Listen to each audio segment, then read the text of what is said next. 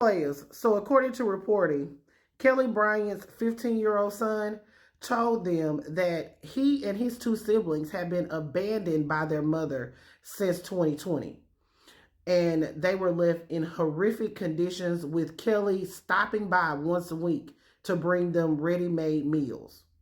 And the only reason why the horrific conditions were discovered is because the landlord called authorities because the rent had not been paid. Let's talk about it. So, sheriff deputies in Michigan arrested 34-year-old Pontiac mother. Now, she hasn't been identified by officials. However, her identity, of course, was disclosed online. She's 34-year-old Kelli Marie Bryant. On Valentine's Day, deputies responded to the 600 block of Lydia Lane in Pontiac, Michigan for a welfare check. Apparently, the home's landlord had contacted the authorities after believing something may have happened to the mother.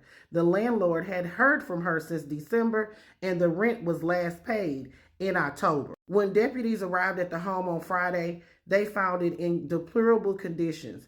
Garbage was piled as high as 4 feet in some rooms.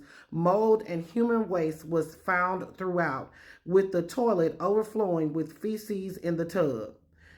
Deputies then located a 15-year-old boy, a 13-year-old girl, and a 12-year-old girl inside of the home. The boy told deputies that he and his sister had been abandoned in 2020 and left to live alone. The children only survived by food prepared by either their mother or a stranger. This food would be left on the porch each week. The mother did not provide them with any hygiene products. The children had not been attending school, and it appeared that the girl had not been outside of the home for several years. The office says that neighbors told deputies that they were unaware that children lived in the home and never saw them. So the children were then taken to the hospital for evaluations. They were wearing soiled clothing. Their hair was matted. Their toenails were several inches long, making it difficult to walk. It appeared that the children were unfamiliar with how to use personal hygiene items or know how to flush the toilet.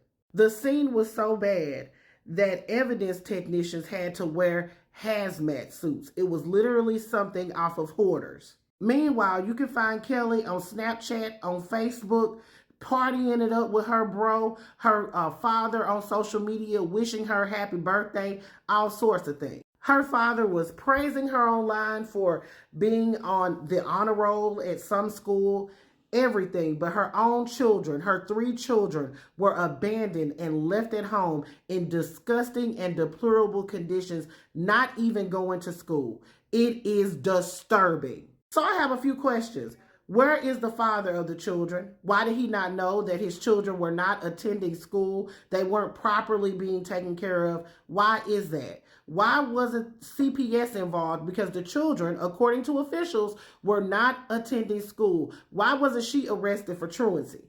So the children have been placed in the custody of a relative by Child Protective Services. My question is, where was the relative when they was locked up in that house from 2020 to 2025?